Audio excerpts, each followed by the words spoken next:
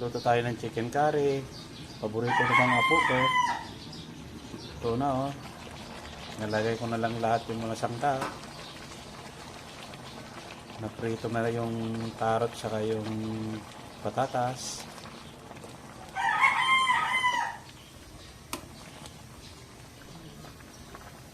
Native chicken ito mga lods.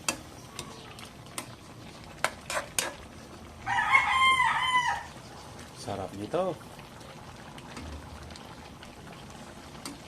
Yum, yum, yum. Tikman natin konti.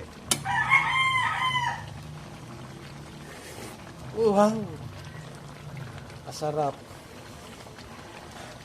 Nako, mapapa-extra rice ng mga apo ko ito.